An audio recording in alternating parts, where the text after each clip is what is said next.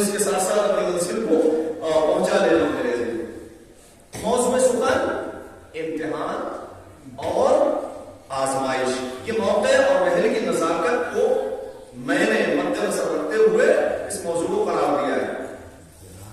دیکھیے اللہ نے جو انسان کو صلاحیتیں دی ہیں ان صلاحیتوں کے ساتھ ساتھ اللہ نے ایک نظام رکھا ہے, ایک سسٹم رکھا ہے, اور اس نظام کے ساتھ ساتھ جو آپ دیکھ رہے ہیں آپ کے پیش نظر ہے, ایک اس کی سنت ہے جسے سنت ابتلا کہا جاتا ہے, سنت امتحان کہا جاتا ہے. سنت کیا چیز ہے؟ سنت وہ چیز ہے کہ لن تجد لسنت اللہ تبدیلا. اللہ کی بہت سی سنتیں ہیں, لیکن اللہ کی سنتیں جتنی بھی سنتیں ہیں لن تجد لسنت اللہ تبدیلا. اللہ کی سنت میں تبدیلی نہیں. اللہ کی سنت اللہ کی سنت کبھی تبدیل نہیں ہوتی. تو بس یہ جو سنت امتحان ہے اس میں بھی تبدیلی نہیں ہو سکتی. انسان کا ہر لمحے امتحان ہو رہا ہے, یہ سنت ہے اللہ کی لن تجد لسنت. اور بہت سی آیات اس پر دلالت کرتی ہیں. میں دو چار آیتیں پیش کرتا ہوں اس لیے کہ آیات زیادہ پڑھ نہیں سکتا ہوں, اگر پڑھنے بیٹھا ہوں تو اسی میں وقت گزر جائے گا. اس کو میں نے سرنامہ قرار دیا. یہ آیت اسی سنت کی طرف توجہ دلا رہی ہے. سورہ بقرہ آیت نمبر 155. وَلَنَبْلُوَنَّكُمْ بِشَيْءٍ مِّنَ الْخَوْفِ وَالْجُوعِ وَنَقْصٍ مِّنَ الْأَمْوَالِ وَالْأَنفُسِ وَالثَّمَرَاتِ. اللہ نے کیا کہا؟ وَلَنَبْلُوَنَّكُمْ. عربی ایک ایسی زبان ہے کہ اگر عربی سے آشنا افراد ہے تو آغاز لفظ میں اللہ نے دو تاکیدیں استعمال کی. وَلَنَبْ لام لام تاکید ہے, نون شدید تشدید آتی ہے, یہ تاکید پہ دلالت کرتی ہے. تو بس لام لام تاکید وَلَنَبْلُوَنَّ نون تاکید, دو تاکیدوں کے بعد کہا وَلَنَبْلُوَنَّكُمْ بِشَيْءٍ. ہم تمہارا امتحان لیں گے, آزمائش لیں گے. کن کن چیزوں کے ذریعے سے وہ میں لاسٹ میں بیان کروں گا میرے سے, چونکہ تسلسل ٹوٹ جائے گا. بس پہلی آیت قرآن مجید کی سورہ بقرہ آیت نمبر 155, جس میں سنت ابتلا اللہ کی امتحان کی سنت یہ جو میں نے کرا. پھر ارشاد ہوا سورہ ملک آیت نمبر 1. تبارک الذی بیدہ الملک وهو علی کل شیء قدیر الذی خلق الموت والحیات لِيَبْلُوَكُمْ أَيُّكُمْ أَحْسَنُ عَمَلًا. تو یہاں بھی لِيَبْلُوَكُمْ, لِيَبْلُوَكُمْ. ادھر کیا ہے؟ لِنَبْلُوَنَّكُمْ. جمع کا صیغہ ہے, یہاں پر لِيَبْلُوَكُمْ, یہاں پر مضارع کا صیغہ ہے. بس دونوں آیتیں دو آیتیں, سورہ بقرہ آیت نمبر 155, سورہ ملک آیت نمبر آغاز آیت ہے. پھر ارشاد ہوا ایک اور مقام پہ ظاہراً سورہ انبیاء. سورہ انبیاء میں ارشاد ہوا سورہ انبیاء میں کہ کل نفس ذائقۃ الموت ونبلوکم بالشر والخیر فتنہ. ونبلوکم, تو یہاں بھی نبل استعمال ہوا, نبلوکم, سورہ انبیاء. اور ایک آیت پیش کرتا ہوں میرے عزیزو, غالباً یہ سورہ میرے ذہن سے نکل گیا.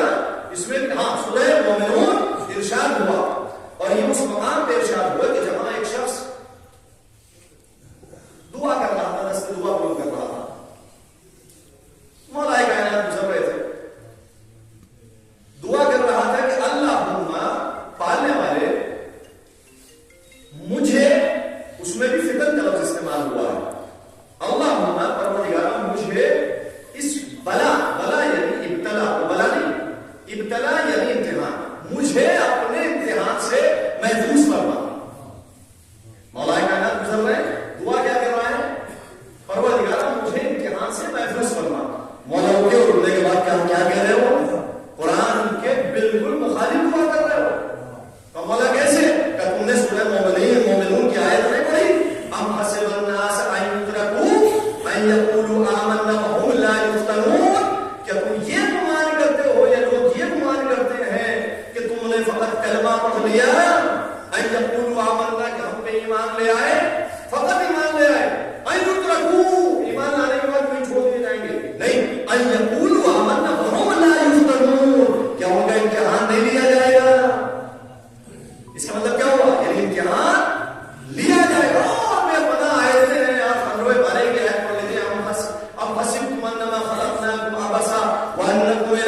ترجعون، بس یہ 5 آیتیں یہی کافی ہے. ان کا پڑھنے والے لوگ سلسلہ بس یہ 5 آیتیں کافی ہے میرے ذہن. کہنے کا مقصد یہ ہے کہ پھر اس نے کہا مولا پھر یہ بتائیے کہ کیسے دعا کی جائے، کیسے دعا کی جائے. مولا نے دعا کا طریقہ بتایا کہ یہ دعا نہ کرو، یہ چونکہ سنت الہی کے خلاف ہے کہ ہمیں امتحان سے محفوظ فرما، بلکہ دعا یہ کرو کہ پروردگارا جس چیز کے ذریعے سے امتحان لے اس میں ہمیں کامیابی عطا فرما.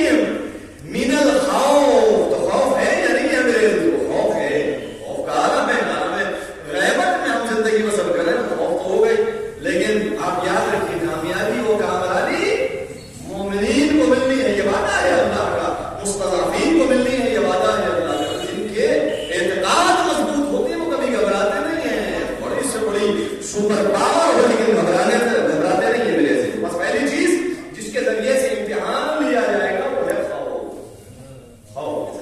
دوسری چیز بس پہلا سورس مٹیریل میں امتحان کا ہے. سب ملاحظہ کیجیے یہاں دنیا میں آئے ہیں امتحان چل رہا ہے وَلَنَبْلُوَنَّكُمْ بِشَيْءٍ مِّنَ الْخَوْفِ. دوسری چیز من الخوف والجوع. ماشاءاللہ ابھی سے آشنا افراد بھی بیٹھے ہیں. کسی نے کہا بھوک. اللہ آپ کا سلامت رکھے. من الجوع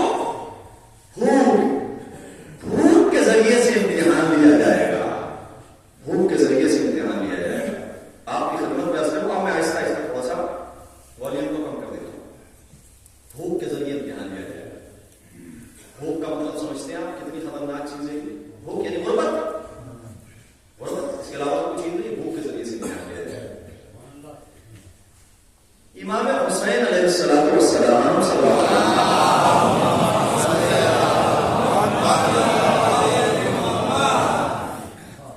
تشریف فرمائیں. ایک مرد عرب آیا. نادار تھا, فقیر تھا. عربوں کے اندر جو اصیل عرب تھے ان کے اندر مانگنے کی عادت نہیں تھی. یہ میں آپ کی خدمت میں عرض کروں. مانگنے کی عادت اگر تاریخ اٹھا کر دیکھیں جو اصیل عرب تھے ان کی مانگنے کی عادت نہیں تھی. مانگنے کا مطلب کیا, کسی وجہ سے اگر کوئی مشکل ہوتی تھی, تاریخ اٹھا کے وقت نہیں ہے, ایک خیمہ لگا دیا جاتا تھا. اس خیمے کے اندر کچھ نشانی ہوتی تھی, لوگ سمجھ جاتے تھے کہ کوئی پریشانی کی عادت ہے. لیکن عرب جو ہوتے تھے وہ ہاتھ نہیں پھیلاتے تھے. ہاتھ نہیں پھیلاتے تھے. حیا تقاضا وہ خیمہ لگ جاتا تھا. وہ سب سمجھ جاتے تھے کہ اس میں جو ہے وہ کون ہے, پریشان حال ہے, تو چپ کرے مدد کر دی جاتی تھی. لیکن سامنے ہاتھ نہیں پھیلاتے تھے. سامنے ہاتھ اگر کہیں زیادہ ہی مجبوری ہو جائے کہ وہاں اس نے تشریف فرمایا ہے اور تیار آیا اور اس نے سوال کیا. تو یہ مولا جانتے ہیں کہ یہ اگر آیا ہے سوال کرنا ساری آبرو کو رکھ دینا یہ آسان کام نہیں ہے. یہ بہت بڑا سخت کام ہے. اسی لیے مولا نے فرمایا, علی بن ابی طالب صاحب نے فرمایا کہ لو اجتماعت الفاقر لقتلت.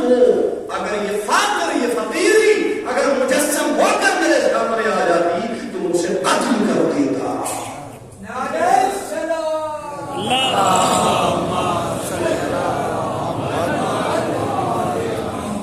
کتنی خطرناک چیز ہے. ایمان سے خارج کرنے کا سے بہت سی چیزیں میرے سے آیا وہاں کے بعد ہی بیٹھ گیا. مولا سمجھ گئے. اچھا یہاں تو ہوتا ہی ہے, اتنے کریم ہیں کہ یہاں تو مانگنے کی ضرورت نہیں ہے. دلوں کے حال سے بات نہیں کرتے, دلوں کے حال سے بات نہیں. تو مولا نے ایسے عطا نہیں کیا اسے. اس کی معرفت کو ظاہر کرنے کے لیے مولا نے اس سے سوال کیا کہ میں آپ سے سوال کرتا ہوں, یہ سوالوں کا جواب دے دو, اس کے بعد عطا کر دو. عطا میں کبھی نہیں ہے, دینا. تو مولا نے فرمایا یہ بتاؤ, پہلا سوال یہ ہے کہ سب سے انسان کے اندر سب سے عظیم کمال کون سا ہے؟ انسان کے اندر اگر گفتگو جب بھی بارے سے بات ہو جائے تو مجھے اشارہ کر دینا, وہیں سے گفتگو تمام ہو جائے. کہیں بتائیے کہ سب سے عظیم کمال انسان کے اندر کون سا ہے؟ اس نے سر جھکایا اور جھکانے کے بعد کہا مولا علم معه علم. وہ علم کہ جس کے ساتھ علم.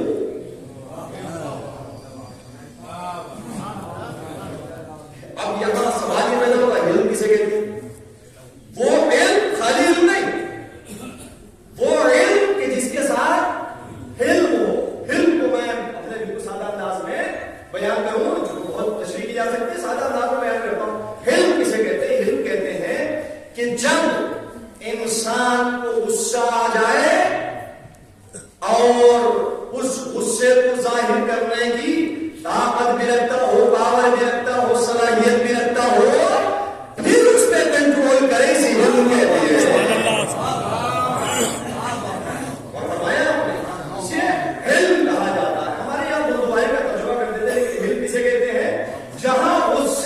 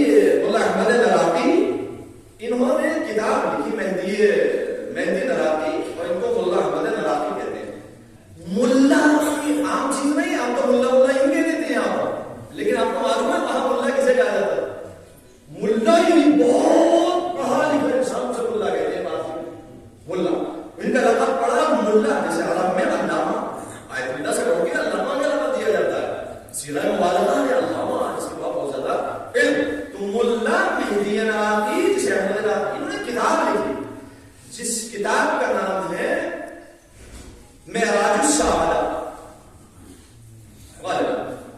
کتاب لکھی, بڑی عظیم کتاب ہے, اخلاقیات کا مشتمل کتاب ہے. تو انہوں نے کتاب لکھی, اس میں ہر جو صفت اخلاقی کی ساری انہوں نے تشریح بیان. اب توجہ فرمائیے گا, یہ کتاب چاپ ہونے کے بعد, پرنٹ ہونے کے بعد آہستہ آہستہ نجف اشرف پہنچی. کہاں ایران, کہاں اس وقت نجف اشرف ایک باقاعدہ مرکز علم تھا, مرکز علم تھا. یہ بہرحال حالات ایسے ہوئے کہ یہاں منتقل ہوا اور آخری دور میں پھر حوض نجف اشرف کا آباد ہوگا. یہ اب جیسی بات وہاں ہے اس وقت کے سید بحر العلوم, بحر العلوم کے مقابلے میں بحر یعنی سمندر, علوم یعنی علم کا سمندر, سید بحر العلوم اس وقت پر موجود ہے. جیسے ہی ان کے سامنے کتاب پہنچی, اب انہوں نے اس کتاب کو پڑھا. جب وہ علم پر پہنچے, یہ بھی عالم, لکھنے والا بھی عالم, اب جب یہ علم پر پہنچے تو کہا یہ بڑی اچھی کتاب ہے, بڑی عظیم کتاب ہے. رائٹر ابواللہ احمد نراقی, دعا کی پروردگارہ کم از کم بس اتنی خواہش ہے کہ اس کے رائٹر سے ملاقات کرا دے. نجف اشرف میں ان کی ٹکر کا, ان کی گریڈ کا کوئی عالم نہیں ہے. اب بحر العلوم لقب ہے میرے عزیزوں, سید مہدی نام ہے, بحر العلوم لقب ہے. ان کے وقت میں کوئی ایسا نہیں کہ اس سے ملاقات کرے. آپ سوچیے, آپ اتنا بڑا عالم دین کہ جس کے سب مدعی ہوں, اور وہ اگر تمنا کر رہا ہے تو چھوٹی بڑی کچھ نہ کچھ انہوں نے دیکھا ہوگا. خیر ہوا یہ کہ ملا احمد نراقی ادھر سے نکلے قافلے کے ساتھ اور نجف اشرف پہنچے زیارت کے لیے. وہ دور ایسا تھا کہ 2 4 5 6 مہینے 7 مہینے انسان اچھے سے زیارت کرتا تھا. اب تو یہ کہ 28 دن کا ٹور ہے, 1 مہینے کا ٹور ہے, 35 دن کا ٹور ہے یہ آج کل, لیکن اس میں وہ سوائیاں وہ ساری چیزیں رکھ کے پہنچے. اچھا, نجف کی حالت یہ تھی کہ چونکہ آنے والا مہمان ہے, یہ میزبان ہے. اگر کوئی عالم دین ہے تو یہ میزبانی کا حق ادا کرتے ہوئے خود ملنے جایا کرتے تھے جتنے علماء تھے عالم دین سے. اور فرمائیے گا, عالم دین سے سب ملنے کے لیے جایا کرتے تھے. ہوا یہ کہ معلوم ہوا کہ وہ جنہوں نے کتاب لکھی ہے وہ آئے ہیں شاگردوں کے ساتھ, کاروان کے ساتھ. ملاحظہ فرمائیے میرے, توجہ فرمائیے. اس کا سوال انشاءاللہ یہ ہمارے برادر یزدان کو, ان کو اللہ ان کے والدین کو صبر جمیل عطا فرمائے. بس یہ چھوٹی موٹی چیز نہیں ہے, یہ مجالس اس لیے سیدھے سمجھا جائے, یہ رسمن نہیں ہے.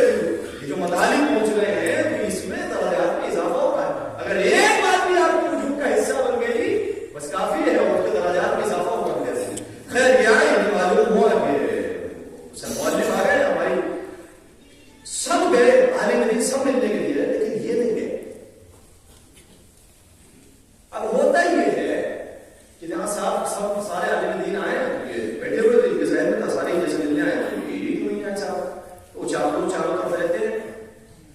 کسی نے کہا کہ میں دیکھا آپ تو نجف کے سب سے بڑے عالم دین, سب سے ملنے آئے ہیں, آپ سے ملنے نہیں آئے. آپ کی چھوٹی موٹی شخصیت نہیں ہے, لیکن آپ کو کوئی احترام نہیں کیا. انہوں نے کہا کوئی بات نہیں ہے, ایسی بات نہیں ہے. معلوم ہے کون ہے, وہ بحر العلوم ہے, علم کا سمندر ہے. ان کو نہیں, ہمیں جانا چاہیے. سبحان اللہ, سبحان اللہ.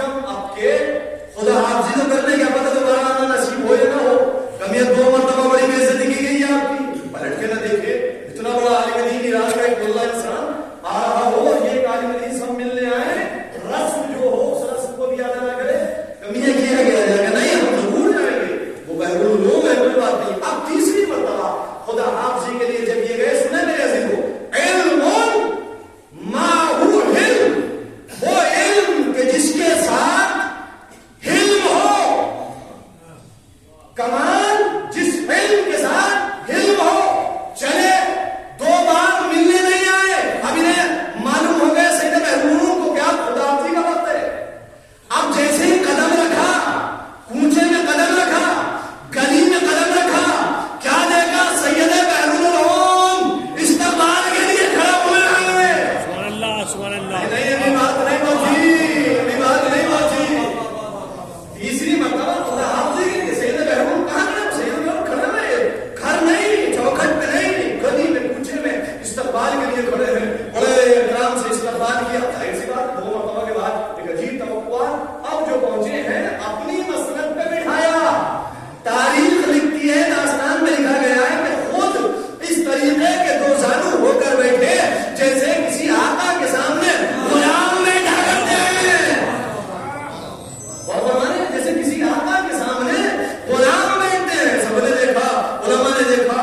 جب یہ خدا حافظی کرنے کے بعد چلے گئے عالم یہ ہوا کہ انہوں نے جو بیٹھے ہوئے تھے ان سے سوال کیا کہ محروم آپ سید آپ کی حالت یہ ہے آپ نے دو مرتبہ کا اور یہ تیسری مرتبہ کے فعل ہماری سمجھ میں نہیں آتا. توجہ میں رہتی ہو کہ یہ تیسری مرتبہ آپ نے بہیویئر آپ کا یہ سمجھ میں نہیں آتا کہ تمہیں معلوم ہے انہوں نے کتاب لکھی. کتاب اخلاقیات پہ مشتمل ہے جس میں لکھا ہے علم کے ساتھ علم کی تشریح کی ہے. میں دیکھنا یہ چاہتا تھا کہ فقط لکھتے ہیں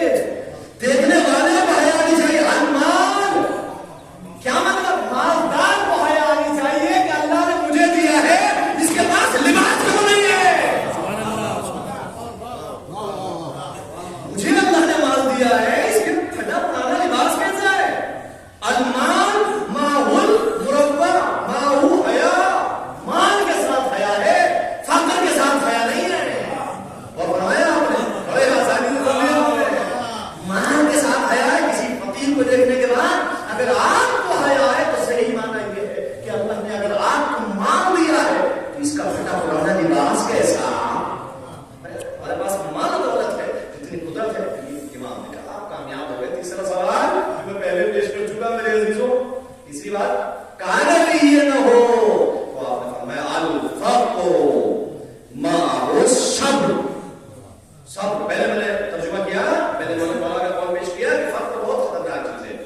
اگر اس کے ساتھ صبر نہیں ہے تو انسان ایمان سے خارج ہو سکتا ہے. اب سنیے میرے عزیز, مولا نے آخری سوال کیا کہ یہ بتاؤ اگر صبر نہ ہو تو آپ نے فرمایا کہ اگر فقر کے ساتھ صبر نہ ہو تو انسان جل کر مر جائے, مر جائے, ختم ہو جائے, جل کر ختم ہو جائے. تو کوئی کام نہیں. اگر مال کے ساتھ بس دوسری چیز میں کہاں تک تشریح کروں, میں جلدی سے بیٹھ رہا ہوں, تک تو نہیں کہ سلام بھیجتی ہوں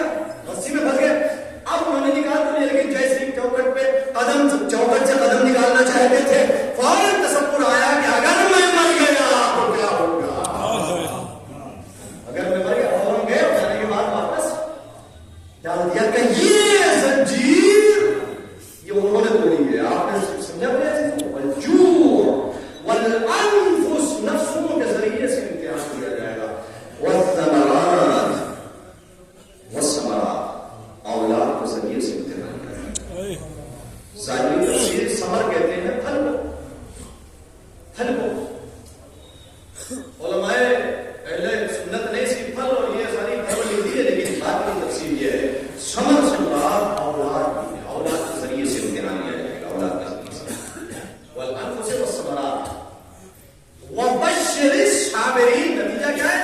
اور بات تمام ہے. نتیجہ کیا ہے؟ وبشر الصابرین، صبر کرنے والوں کو بشارت دے دیجیے. جو ان پہ بھوک میں ان پہ ساری چیزوں پہ اولاد پہ امتحان لیا جائے، ان پر صبر کرے اے میرے حبیب، ان کو بشارت دے دیجیے. بشارت کس چیز کی؟ فقط بشارت نہیں ہے میرے حبیب.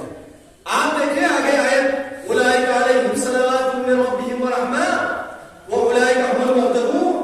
اس کے درمیان میں جو آیت ہے الذین اذا اصابتهم مصیبہ، یہ ساری مصیبتیں ہیں. مصیبت بے معنی امتحان، وہ مصیبت نہیں. یہ ساری الذین اذا اصابتهم مصیبہ، جب ان کے پاس مصیبت آتی ہے قالوا، کیا ہے؟ انا للہ و انا الیہ راجعون. کوئی بات نہیں، تیری طرف سے آئے ہیں، تیری بارگاہ میں جانا ہے، مصیبت ہم صبر کرتے ہیں. اب آگے سنیے میرے عزیزوں، نتیجہ اولئک علیہم صلوات من ربہم ورحمہ واولئک هم المهتدون. اگر کوئی ان مصیبتوں پہ صبر کرتا ہے، امتحان پہ صبر کرتا ہے، نتیجہ کیا ہے؟ خود اللہ اس پر صلوات بھیجتا ہے. نہیں نہیں نہیں، اللہم صلی بات تمام ہے، بات تمام ہے میرے سے، بات تمام ہو گئی. تھوڑا سا وقت زیادہ لے لیا میں نے، بات تمام ہو گئی. اولئک علیہم صلوات من ربہم. دیکھیے ہم صلوات بھیجتے ہیں قرآن مجید میں، تو مقام پہ صلوات ہے. تیسرا مقام اگر مجھے دکھا دے میرے علم میں اضافہ ہو جائے گا. دو مقام پہ صلوات ہے. ایک وہ کہ جو مسلسل آپ پڑھتے ہیں نبی پر صلوات، ان اللہ وملائکتہ یصلون علی النبی یا ایھا الذین آمنوا صلوا علیہ وسلموا تسلیما.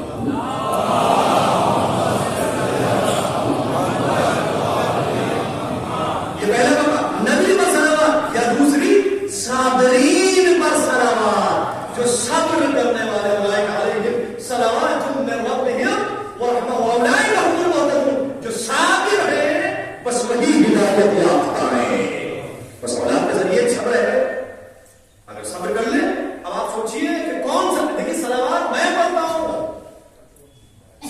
نبی پڑھے، معصوم پڑھے، اور مرحبا اللہ اگر صلوات پڑھے، یہ اللہ صلوات پڑھتا ہے کس پر؟ صابرین پر. کتنی ہی بڑی مصیبت آ جائے، اگر صبر کا مظاہرہ کیا جائے تو خدا اس پر صلوات بھیجتا ہے، خدا اس پر صلوات بھیجتا ہے. بس میں نے منزل کو تمام کر دیا میرے عزیزوں. بڑی میرے لیے بھی بڑا مرحلہ تھا، اور میں نے خاص توسل کیا کہ پروردگارا میں اس مرحلے کو کیسے، اس لیے کہ ہماری بھی نسبت ہے، ہمارا بھی بھائی تھا. جب کرتا ہوا دیکھا تو کلیجہ پھٹ گیا. بعض اوقات ایسا ہوتا ہے کہ اس کی عادت یہ ہے کہ اندر سے جھوٹ کر ہوتا ہے، یہ اپنی عادت ہے. تو بس یہ ہے کہ دل تڑپ رہا تھا، لیکن اس کا اظہار کم، اس لیے کہ ہمیں معلوم ہے ہم تسلی نہیں دے سکتے بھائی. ہمیں معلوم ہے بھائی باپ باپ ہوتا ہے، بہن ہوتی ہے، ماں ماں ہوتی ہے، اور پھر ساری چیزوں کے باوجود کیسے اسے تسلی دی جائے کہ جس کا یہ ہے کہ بیٹا ہو. کربلا حسن ہے، جمال اگر کربلا کے اندر پایا جاتا ہے. میں نے دیکھنے کے بعد فوراً اس بات کا اندازہ لگایا کہ بی بی زینب نے مجھے جملہ کہا تھا نا کہ ماں رأیت الا جمیلہ. میں نے خوبصورتی کے علاوہ کچھ نہیں دیکھا. خوبصورتی کے علاوہ خوبصورتی کیا ہے؟ اس جملے کی ہر دور میں اسی طریقے سے تفسیر ہوتی رہی ہے. قرآن کی تفسیر ایک تفسیر کیا ہے؟ تفسیر یہی ہے، اگر میرے عزیزوں، اگر کربلا میں حسین اگر کلیہ جمع کر کے لاش نہ اٹھا دے اور بلکہ صبر نہ آتا، کبھی صبر نہ، کبھی بھی صبر نہ. بس سارے غم کا مداوع کربلا ہے، سارا حسن و جمال کربلا کے اندر پایا جاتا ہے. کربلا حسین کو اکبر سے بڑی محبت تھی، بے پناہ محبت تھی. محبت کا اندازہ آپ روایات سے لگائیے. میں تفصیلی مسائل میرے بس کی بات نہیں ہے، میں کہیں کسی مجلس میں تفصیلی مسائل شاید کہیں پڑھ رہا ہوں، کوئی خواہش کرے، میں تفصیلی مسائل سے نہیں پڑھے جاتے میرے سے. دو تین روایتیں آپ کے سامنے پیش کرتا ہوں، احساس کیجیے گا. کربلا اگر نہ ہوتی تو بس ختم تھا، جگر پھٹ جاتا، مر جاتا انسان اگر کربلا نہ ہوتی. ہر کردار موجود ہے کربلا کے اندر. آپ